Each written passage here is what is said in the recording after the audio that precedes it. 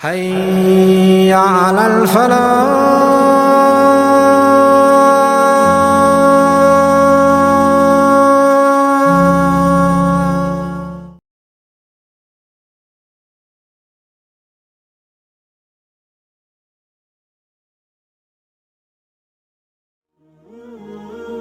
صحیح بخاری میں ایک حدیث موجود ہے،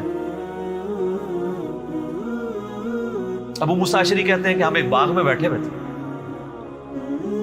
اتنے میں باغ کے دروازے پہ دستک دی۔ نبی علیہ السلام نے فرمایا کہ جو کوئی بھی ہے نا دروازے پہ اسے جنت کی بشارت دے۔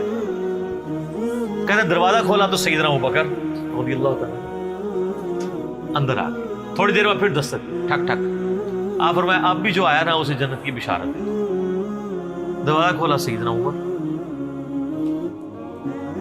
پھر تیسری دفعہ جب دستک ہوئی تو نبی علیہ السلام فرمایا اب جو کوئی آئے نا اسے جنت کی بشارت دو، لیکن ان مصیبت اور پریشانیوں کے ساتھ جن سے اس کو گزرنا پڑے گا۔ تو کہتے ہیں میں نے دروازہ کھولا تو حضرت عثمان تھے، اور میں نے کہا کہ رسول اللہ نے آپ کے بارے میں یہ کہا کہ جنت ہے لیکن آپ کی جنت تکلیف کے ساتھ جڑی ہوئی ہے۔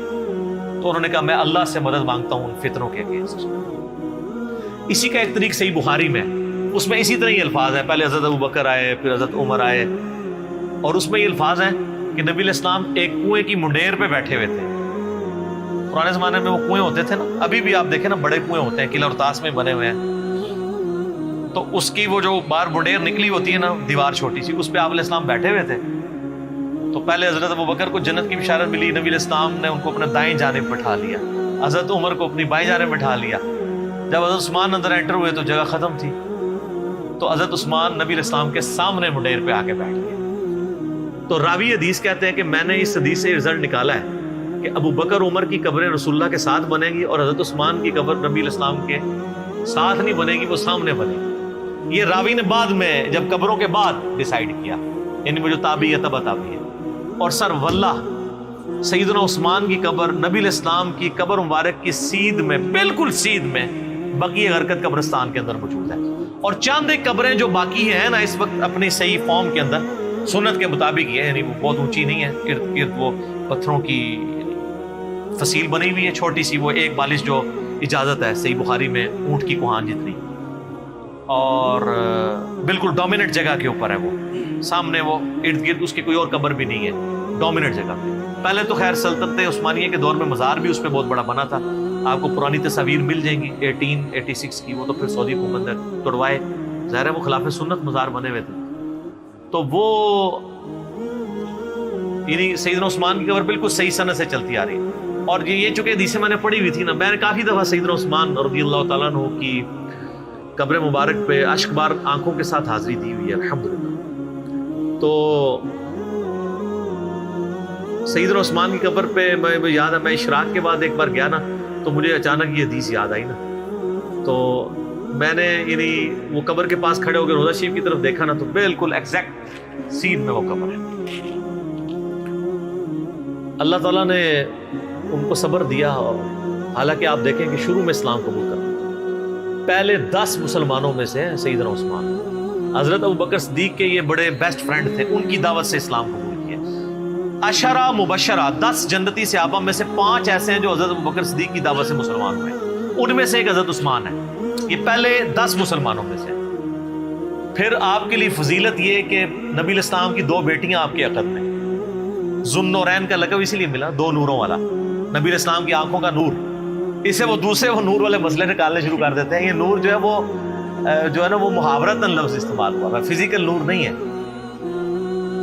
ویسے تو ہم نبی علیہ السلام کو نور مانتے ہیں، نور ہدایت ہے، میرا اس پہ بھی کلپ ہے، اِنَّا أَرْسَلْنَاكَ شَاهِدًا وَمُبَشِّرًا وَنَذِيرًا وَدَاعِيًا إِلَى اللَّهِ بِإِذْنِهِ وَسِرَاجًا مُنِيرًا، تو مانتے ہیں چمکا دینے والا سورج۔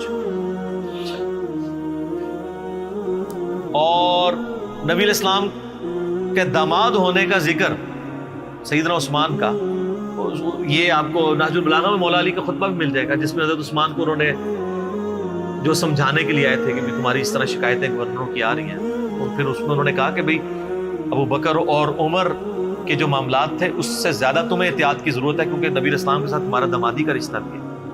یہ نہج البلاغہ میں شیعہ کے ہاں خطبے میں موجود ہے، اور عشرہ مبشرہ میں بھی شامل ہے۔ جو ابو داؤد ترمذی میں حدیث ہے، 10 بندوں کو ایک مجلس میں نبی علیہ السلام نے جنت کی بشارت دی. اس میں پہلے 4 خلفائے راشدین ہیں، ابو بکر، عمر، عثمان و علی.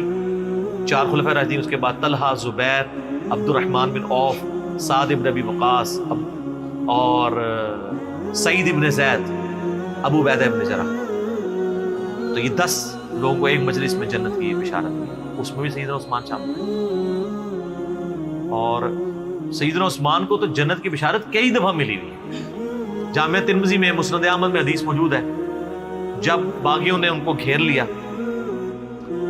محصور کر دیا. آج میں اس ٹاپک کی طرف نہیں چل رہا، وہ ایک علیحدہ سے ایک سٹوری ہے، ادھر پھر کئی اور چیزیں بھی آئیں گی، میں وہ مزہ کرکرا نہیں کرنا چاہتا. سیدنا عثمان رضی اللہ تعالیٰ عنہ کو مسجد میں جانے سے روک دیا، میٹھا پانی آپ کے گھر پہنچنے سے روک دیا گیا. تو آپ گھر کی چھت پہ کھڑے ہوئے اور انہوں نے خطاب کیا جو لوگ وہاں پہ ان کو گھیرے ہوئے تھے. ترمذی میں پورا ڈیٹیل خطبہ موجود ہے. مشکات میں آلموسٹ آپ کو ساری حدیثیں حضرت عثمان کے چیپٹر میں آپ کو تیسری جلد میں مل جائیں گی. تو ان کا لوگوں، میں تمہیں اللہ کی قسم دیتا ہوں اور اسلام کا واسطہ دے کے پوچھتا ہوں، کیا تمہیں یاد نہیں ہے کہ نبی علیہ السلام جب مدینہ شریف ہجرت کر کے آئے تھے تو مسلمانوں کے لیے میٹھے پانی کا کنواں نہیں تھا، اور نبی علیہ السلام نے کہا تھا کہ کون ہے کہ جو کنواں لے کر وقف کرے اور جنت میں سے بہتر کنواں لے لے. تو میں نے اپنے حلال مال سے وہ کنواں خرید کے وقف کیا. تو سب نے کہا کہ ہم گواہی دیتے ہیں کہ آپ کے لیے بشارت تھی. کون گواہی دے رہے ہیں؟ جو مخالفین ہیں، پروٹیسٹ کرنے آئے ہیں. اس سے بات پتہ چلی کہ وہ لوگ تھے جن کو یہ باتیں پتہ تھی، صحابہ ہی تھے. بیچ میں اور لوگ بھی مکس تھے لیکن صحابہ بھی تھے، بدری صحابہ بھی تھے. ان میں اختلاف رائے تھا، وہ علیحدہ سے ایک ٹاپک ہے. یوٹیوب پہ میرا کلپ ہے شہادت عثمان کے اصلی اسباب کیا تھے. عبداللہ ابن سبا والا تو معاملہ ہی ذرا ایک ڈفرنٹ کہانی بنا کے اس میں ڈال دی، وہ الگ چیز تھی. پھر سیدنا عثمان نے کہا کہ تمہیں یہ یاد نہیں ہے کہ مسجد نبوی کی توسیع کی باری آئی تو نبی علیہ السلام نے فرمایا کون ہے جو مسجد نبوی کے لیے زمین لے کے وقف کرے توسیع کے لیے کہ جنت میں اس سے بہتر اسے اللہ تعالیٰ قطع عطا فرمائے. تو میں نے اپنے مال میں سے وقف کیا تھا اور مجھے جنت کی بشارت ملی. بالکل ایسا. پھر ان کا جو جیش العسرہ تھا، تنگی والا جہاد، یعنی تبوک، جہاں پہ جہاد فرض ہو گیا تھا ہر مسلمان، کیونکہ رومن امپائر سے ٹکرانا تھا. تو نبی علیہ السلام نے جب چندے کی اپیل کی تھی تو میں نے 1000 دینار نبی علیہ السلام کی جھولی میں ڈرا کے ڈالے تھے، اور نبی علیہ السلام اپنے مبارک ہاتھوں سے یوں ان کو الٹ پلٹ کرتے تھے اور کہتے تھے عثمان جنتی آج کے بعد جو مرضی کرے. تو انہوں نے کہا کہ ہم گواہی دیتے ہیں. سر یہ 1000 دینار آپ کیا سمجھ رہے ہیں کتنی رقم ہوگی؟ کیلکولیٹ کر کے دیکھیے گا. 20 دینار 7.5 تولے سونا ہوتا تھا.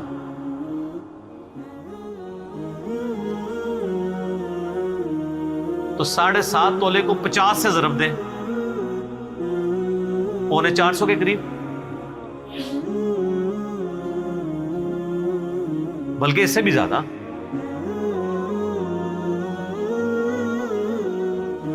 50 کو ضرب دیں 7 سے، 700 350 اور اوپر والا بھی کر لیں، تقریباً 400 کے قریب. 350 زیادہ بن جائے گا نا، 7.5 ہے، 450 کے قریب سمجھ لیں. 450 تولہ سونا. اور آج کل کیا ریٹ چل رہا ہے؟ 70,000 ہے. ہاں، تو یہ 2.5 کروڑ سے زیادہ رقم بنتی ہے آج کی. اگر 70 لگائیں گے تو جا کے گھر حساب کر لیجیے گا. 2.5-3 کروڑ رقم بنتی ہے جو حضرت عثمان نے غزوہ تبوک کے موقع پر دی. اور نبی علیہ السلام نے جنت کی بشارت. انہوں نے کہا ہاں جی بالکل آپ کو جنت کی بشارت ملی تھی اس بات پہ. انہوں نے کہا تم مجھے نہ اب یہ یعنی بشارتیں گنواتے جا رہے تھے، اور حضرت عثمان کہہ رہے تھے دیکھو مسجد میں نے وقف کی، مجھے مسجد میں نماز نہیں پڑھنے دے رہے ہو. کنواں میں نے لے کے دیا اور مجھے میٹھا پانی نہیں، مجھے کڑوا پانی پینا پڑتا ہے، مجھے تم پانی تک نہیں جانے دے رہے ہو، اور تم مان بھی رہے ہو ان چیزوں میں مجھے جنت کی بشارت ملی ہے. پھر حضرت عثمان نے چوتھا اور آخری سوال کیا کہ کیا تمہیں یہ حدیث نہیں پہنچی ہے؟ اور یہ حدیث بخاری میں بھی ہے، ترمذی کا یہ والا حصہ، کہ نبی علیہ السلام ایک دفعہ غارے پہاڑ ہیرا کے اوپر چڑھے، ہیرا پہاڑ کے اوپر. حضرت ابو بکر، عمر اور حضرت عثمان یہ ساتھ تھے نبی علیہ السلام. 4 بندے تھے یہ ٹوٹل. تو پہاڑ جو ہے وہ جھوم پڑا، ہلنا شروع ہو گیا. وہ تو بخاری مسلم حدیث ہے. ہیرا ایک پہاڑ ہے لیکن ہم سے محبت، وہ احد پہاڑ کے بارے میں آتا ہے. احد ایک پہاڑ ہے، ہم سے محبت کرتا ہے، ہم بھی اس سے محبت کرتے ہیں. بعض روایتوں میں احد کا ذکر ہے، بعض میں ہیرا کا ذکر ہے. بال الٹیمیٹلی یہ ہے کہ نبی علیہ السلام نے فرمایا کہ اے پہاڑ تھم جا، اس وقت تجھ پہ ایک نبی، ایک صدیق اور 2 شہید ہیں. 2 شہید کون؟ حضرت عمر اور عثمان. جو مسلم کی حدیث ہے اس میں یہ ہے کہ حضرت علی بھی تھے، طلحہ بھی تھے، زبیر بھی تھے. تو نبی علیہ السلام نے فرمایا کہ اس وقت تجھ پر انبیاء، شہداء اور صدیق کے علاوہ کوئی نہیں ہے. اس سے یہ بھی نبی علیہ السلام نے غیبی خبر دے دی کہ یہ باقی سارے شہید ہونے والے ہیں. حضرت طلحہ بھی شہید ہوئے ہیں جنگ جمل میں، حضرت زبیر بھی اور مولا علی بھی اور سیدنا عثمان بھی. تو انہوں نے کہا ہاں آپ کو شہید ہونے کی خبر دی تھی. تو انہوں نے کہا اللہ کی قسم، رب کعبہ کی قسم، میں کامیاب ہو گیا. میں نے تم سے یہی منوانا تھا کہ نبی علیہ السلام نے مجھے شہید کہا ہوا ہے، میں شہید ہوں. لیکن خیر ترمذی میں تو ادھر ہی ہے. باقی آپ تاریخی روایتیں پڑھیں گے اور باقی کتابیں دیکھیں گے، اس میں آپ کو ملے گا کہ وہ کہتے ہیں کہ حضرت یہ باتیں ساری صحیح ہیں لیکن اب آپ بدل چکے ہیں. نہیں، وہ جیسا ہمیں بھی کہتے ہیں کہ حضرت باتیں تو آپ کی ٹھیک ہیں لیکن کے بعد پھر اس طرح کی باتیں شروع ہو جائیں. تو یعنی بدقسمتی جب کسی پہ چھائی ہو. ورنہ دیکھیں ایک شخص جس کی 82 سال عمر ہے اور اس کی زندگی پوری قربانیوں سے تعبیر بھری پڑی ہوئی ہے. کہیں بشری تقاضے کے تحت کوئی مسئلہ مس ہینڈل تو اس سے ضرور ہو سکتا ہے، لیکن آپ اس کی نیت کے اوپر یا اوورآل پوری زندگی کو تو 0 سے ملٹیپلائی نہیں کر سکتے. یہی وجہ ہے کہ جو ایران والوں نے فلم بنائی ہے مختار سقفی پہ، اس میں بھی جو حضرت معاویہ رضی اللہ تعالیٰ عنہ اور شیعان علی کا اختلاف دکھایا ہے وہ اسی بات پہ کہ آپ نے خلفاء کے طریقے کو چھوڑ دیا اور اس میں وہ تینوں خلفاء کو رسپیکٹ دیتے. پھر حضرت علی علیہ السلام کی زندگی کے آخری 10 سال پہ ایک فلم ہے 22 قسطوں پہ، امام علی علیہ السلام. اس میں انہوں نے حضرت عثمان کا بھی، چونکہ ان 10 میں سے سمجھ لیں 4-5 سال تو حضرت عثمان کے بھی خلافت کیا، حضرت عثمان کا بھی انہوں نے بڑا پازیٹیو کریکٹر دکھایا ہے اور یہ بتایا کہ اصل کلپرٹ جو ہے وہ مروان بن حکم تھا.